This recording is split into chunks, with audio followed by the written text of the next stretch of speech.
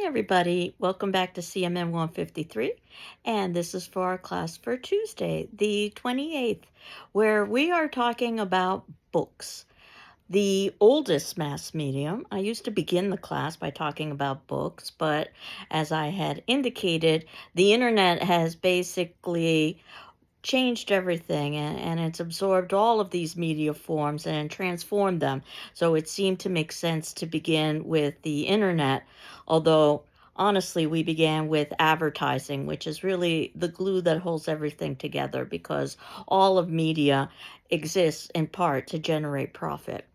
So, in terms of books and the oldest mass medium, I've got a little bit of history for you in the notes below, as well as a video for you to see that talks a little bit about the history of books. 2400 BC. This is where you would have Babylonian clay tablets, you would have Egyptian papyrus, and then ultimately we move to parchment, treated animal skin, and vellum, fine calf skin, getting us into the 4th century, and that would be the Roman Codex, where parchment sheets are now sewn together with leather wrapped with a wood cover. So now it's beginning to look like the physical entity that we think of in terms of book.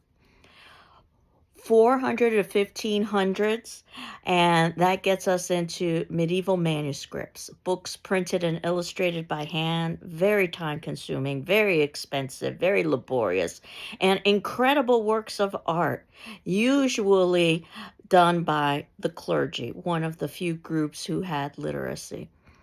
And of course, the group that has the literacy is the one that gets to control information, but we'll talk a little bit more about that in a few moments. 1450, Germany's Gutenberg printing press. And this meant movable type printing on parchment, which meant that books could move into a mass medium rather than individually created.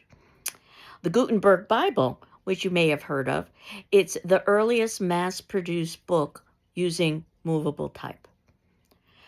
You may have heard of Chaucer's Canterbury Tales, a very famous medieval text that's studied in British literature. 1476, it was the first work in England printed in book form.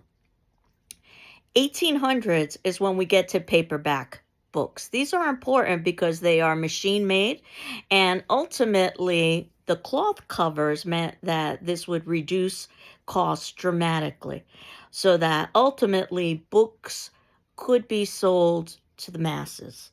And if you know about anything like the penny dreadfuls, where you would spend a penny to basically get what might be considered a poorly written novel, but nevertheless, paperback books made reading something that could be affordable to the masses, assuming that the masses had a certain level of literacy. So this is where we get a rising middle class and increasing literacy rates. 1800s is also when books became an industry, so to speak, where you've got major publishing houses, companies that produce books, and they used to be in control of book distribution, much less so now. Um, Differentiation, and we talked about how the internet is really a star in terms of being able to focus specific content to specific individuals, but you could say that this began with books, as if you go into any bookstore, and they are a dying breed, I know, but if you were to go into any bookstore, what you will see are categories. So trade books are for general readers, professional books are geared towards specific occupations, textbooks, of course, are geared towards students, religious books. The Bible, in all of its versions, is considered the best-selling book of all time. Comic books and graphic novels. Some interesting history here. In the 1950s, the Comic Book Association of America self-censored itself so that it wouldn't be censored by the government. This is very rare when a media form decides to censor itself. It had to do with horror comic books in particular. And university press is where you usually get scholarly books that are put out by university professors. Convergence of the book industry started before the internet. When you think about how many books have been absorbed by audio, by film, by TV, by ebooks. And in terms of promotion, popular culture began to play a role, first with the Oprah Book Club and now with Book Talk. Retail, we have book superstores, and they have been a little bit more successful in surviving than the independent bookstore sellers. Amazon changed everything, and Amazon began as a bookseller. So, some interesting facts about books. In Argentina, Buenos Aires, there are no sales taxes on books.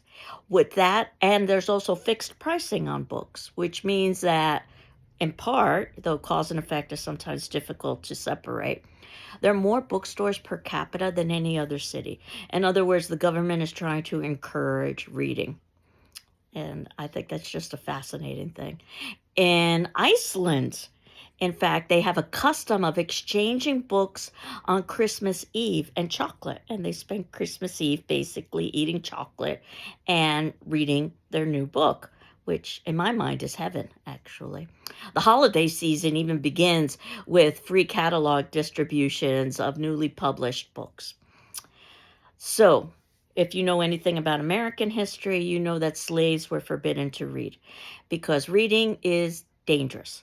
And the idea of literacy means that power can be questioned once an individual is literate and is able to question ideas.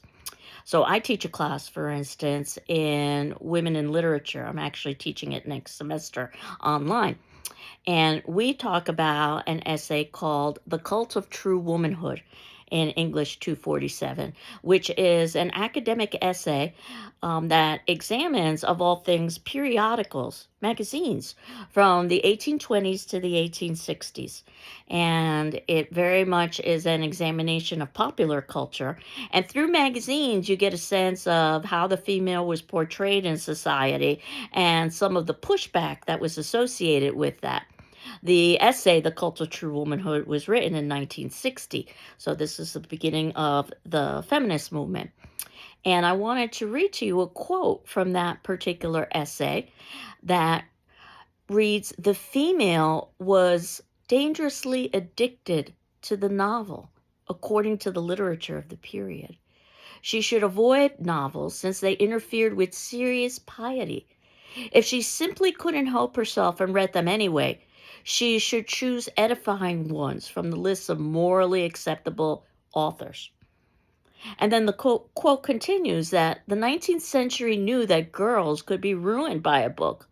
Books which attacked, or seemed to attack, women's accepted place in society were regarded as dangerous. That basically is the foundation for the class as we start reading novels from female authors that question the respected place or the expected place of female in society. So Jane Eyre is a wonderful example. But that said, it illustrates, I think, something that we struggle with when we talk about book bans. And one of the reasons why book bans are so prevalent is because book bans are trying to prevent individuals from being exposed to new ideas, and those ideas could lead to a questioning of the status quo. So I encourage you actually to think about taking that women in literature class. Two novels that I highly encourage you to read. One is 1984 by George Orwell, and we talked a little bit about this last class. And the novel was written in 1949. It's a future set dystopian novel about totalitarianism, mass surveillance, and the manipulation of truth. I think it's incredibly timely to our times today. Two of the most famous quotes. The first is, "Big Brother is watching you." The idea is that everyone is constantly under government control in this world. And the second is the idea of doublethink. And there's a quote that illustrates that quite nicely. Doublethink is when you hold two contradictory truths at the same time. And the slogan of the political party in 1984 is, "War is peace. Freedom is slavery. Ignorance is strength." So again, I encourage you to read this novel. As I had indicated, in 1984, I was a teenager, and it was all the rage to read 1984 and to see how society was similar to and different from the novel, because of course this was a piece of fiction, and you can certainly do the same in 2026. Another novel that I highly encourage you to read, and this was written in 1953, is entitled Fahrenheit 451 by Ray Bradbury. It also is a future set dystopian novel. In this world, books are burned by firemen. That's the job of firemen, to burn books, not to put out fires. And firemen no longer put out fires because structures are fireproof, in effect. Books are illegal, again, because of the dangers that books can hold. In fact, a quote from the book is, quote, "A book is a loaded gun in the house next door," unquote. If you're wondering what Fahrenheit 451 means, that's the temperature at which books burn. So I highly encourage those two novels in your reading list.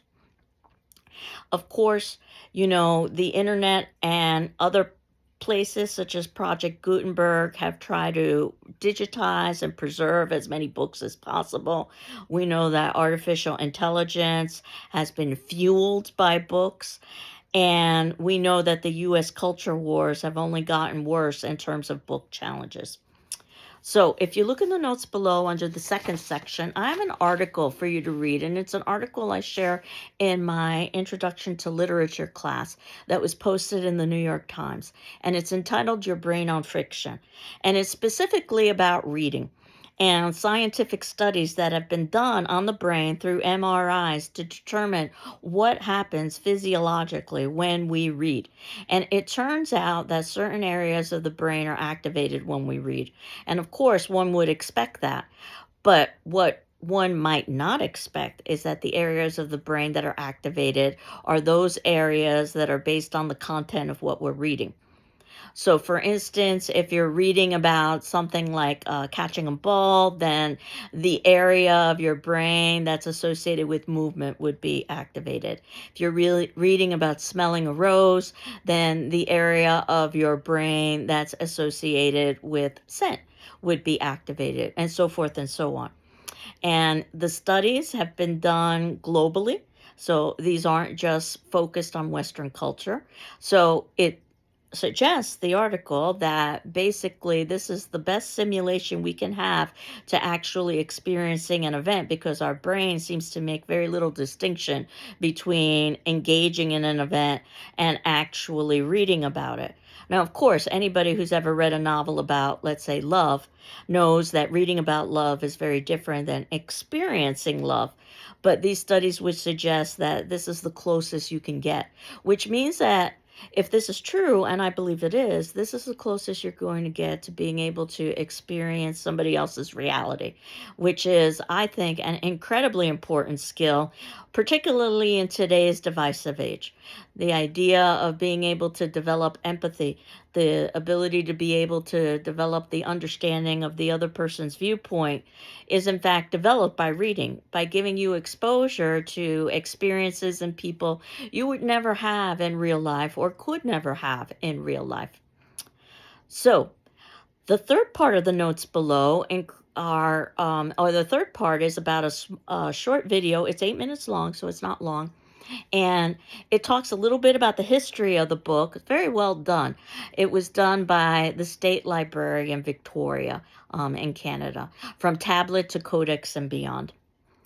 And then I also wanted to talk a little bit about your final project. And you can find the text for the final project in the syllabus and other documents folder.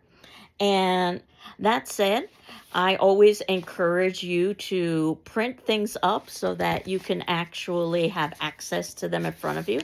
I print up my notes, for instance, so I've got them as well. And I just wanted to read to you the handout that I posted on your syllabus and other documents folder about the final project, which is due on or before the last day of class. that the final course project will probably be a written critical analysis for most of you. And it'll be about the relationship between media and popular culture. But feel free to suggest other creative approaches for your analysis, because after all, we are studying media. So if you wanted to put together, for instance, a short documentary, that would actually be a possibility, but you'd have to work it out with me. If you are engaging in a written course project, I'm thinking someplace in the area of approximately 4 to 5 pages, double space, 1 inch margins. But as long or as short as you think it needs to be for you to develop a good thesis, a good topic that you examine throughout the course of your analysis. And what I've done is I've given you suggested topics, but these are merely suggestions. You can combine, adapt, dismiss. And also, you can create your own topic. So, if there's something that we're talking about in class that's particularly interesting to you, or something we're not talking about in class that you wish we were talking about in class about media and popular culture, that would also be a possibility. But topics are merely just broad ideas. You have to determine the thesis, which is the position you're going to take about that topic. And in the next several classes, we'll talk about some of the conventions of writing an academic paper. Hopefully, that's review. English 101 is a prerequisite for this class. So the idea is that you've gone through the process of writing an academic paper, but I will be reviewing that as well. So some of the topics that I've suggested could be, for instance, about media. So you might want to focus on a particular media, maybe a music video, a documentary film, a video game, and discuss all of the messages it gives to and about our culture. Perhaps you want to talk about a cultural group. So you want to focus on a particular cultural group, a particular demographic group, maybe teens or women or healthcare providers, and discuss how this group is portrayed in the media. Or perhaps you want to talk about a theme, some sort of a general idea, maybe food or beauty or sex. And we saw how Jean Kilbourne did such a thing in Killing Us Softly in the panel presentation when we were talking about advertising. Discuss how this theme is presented in the media. Advertising, which was really the very beginning of the class. Perhaps you want to focus on the advertising for a particular product. Cars, toys, medication. As many of you indicated, advertising has changed quite a bit since the panel discussion with Jean Kilbourne. And discuss how this product is presented in the media. And of course, there's always artificial intelligence, the impact of artificial intelligence in media and or culture. So what you're doing is you're analyzing messages, words, but that also includes images and audio that correspond to the topic you've chosen. So some things to consider. And again, if you are familiar with writing a paper, you're probably familiar with the 5 W's of journalism: who, what, when, where, and why, which is a good way to structure an argument. Who, identify the intended audience or audiences of the message or messages, and the producer or producers of the message. What, identify the intended and unintended message given or messages given to the audience. When, identify when these messages are delivered to the audience. Where, identify where these messages are shown to the audience. How, identify how these messages are presented to the audience. Why, identify why these messages have cultural impact in our society. And make sure to evaluate the significance of your findings. Now, I am not requiring you to do outside research. You might decide to do outside research, but I think a critical paper where you are analyzing on your own is probably going to be more fruitful because of the goals of this class, which is to get you to analyze media and popular culture on your own. And the textbook and class supplement those skills for you, so that would be enough. However, whether you are using a approach that is critical in nature with no outside resources, or you are writing a research paper, you are going to have to use probably some quotation, which means you're going to have to use some documentation. Again, this goes back to English 101. You have probably heard, I hope, of the MLA system of parenthetical documentation. MLA stands for Modern Language Association. Basically, you use parentheses after a quote, and within those parentheses, you indicate the location of that quote, whether it be the page number or perhaps the author's last name, if it's an internet or a website article. In the back of the paper, you usually include a works cited page that lists all of the works that you have cited in alphabetical order by author's last name. And again, we'll be talking about this in greater depth. And if you'll remember on the syllabus, when I reviewed it on the first day of class, we reviewed some paper formatting specifications that paper should be typed, double space, 1-inch margins, and so forth. Again, hopefully this is a review, but you can find that in the syllabus.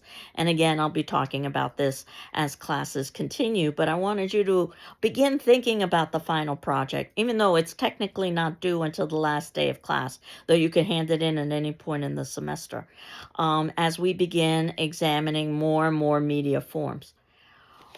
What is due is your journal assignment. And if you'll remember, you will be doing journals over the course of the semester where you are responding to different pieces of media. So your first journal is on the internet, which is what we discussed last class, and that's due today, the 28th. And certainly if you need an extension, let me know and I'll be happy to grant it to you. But the idea is that we've just shifted into the part of the class where basically every Tuesday and Thursday you're handing in an assignment, a journal response from the topic of the previous class. And that means that your second journal, which won't be due until Thursday, is going to be about books, which is what we talked about today. And the journals, I'm thinking, should be about a page long or so of just reflection about the topic. It could be addressing some of the topics in the textbook readings that I've assigned. It could be some of the things we talk about in class video, class discussion forum responses. It could be something else that's in one way or another related to the topic at hand, which again is the internet. So I'm not looking for anything in particular, just your thoughts and reflections. I'm not grading for grammar or mechanics, just for content.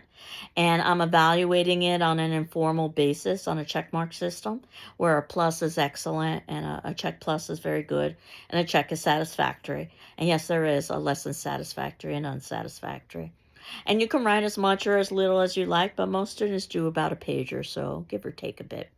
And I ask that you submit that to my email because this is how my grading program works best. My email is my surname, Ruiz, R-U-I-Z, at gcc.mass.edu. And I ask that you submit that via PDF, again, because this is how my grading program works. And then we should have an exchange of journals throughout the semester.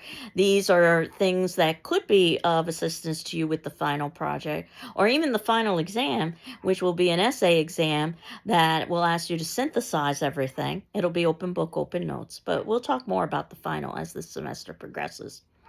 So what's left is the attendance question that'll be due on Thursday, the 30th, about books. As you know, you're not required to respond to your peers, but you're encouraged to, certainly, but you are required to read your peers' responses and my responses in turn, and that counts as your attendance. And I thought a little bit about what to ask about books because I used to ask which were the top 10 books in our society. One of the things that I found is that individuals had a great difficulty in identifying books because they hadn't necessarily read 10 books, which I found very problematic. And if you are keeping up with the news, you'll know that there have been very recent articles about the decline of literacy and reading in our society. I was very tempted to ask you about that, and I decided not to do that and to instead talk about books from a more holistic perspective with media and popular culture, based on a quote from our very textbook, that compared with other media industries, book publishing has adapted relatively smoothly to the digital turn and has been able to avoid huge declines in revenues. Certainly, the book industry has done much better than, let's say, the newspaper or the magazine industry, which we will be talking about further. So, I wanted to ask you, why do you think that's the case? And again, there is no necessarily right answer. Why some industries are more successful than other industries. Feel free to ask this question to friends, to family. I encourage you to visit bookstores. And as we know, the independent bookstores are somewhat struggling, yet many of them are realizing that people are looking for community and that that might be a way to save themselves. This is something we'll talk about with movie theaters as well. But at least at this point, the book industry seems to have fared better than many other media industries with the transition that occurred because of the internet. So I'd like you to talk about why, or why you think. You can speculate. So that's the attendance question, and I will leave you to watch that 8-minute video about the world of book from tablet to codex and beyond. I hope you're doing well. I'm doing well, and we will continue on next class. Take care. Bye-bye.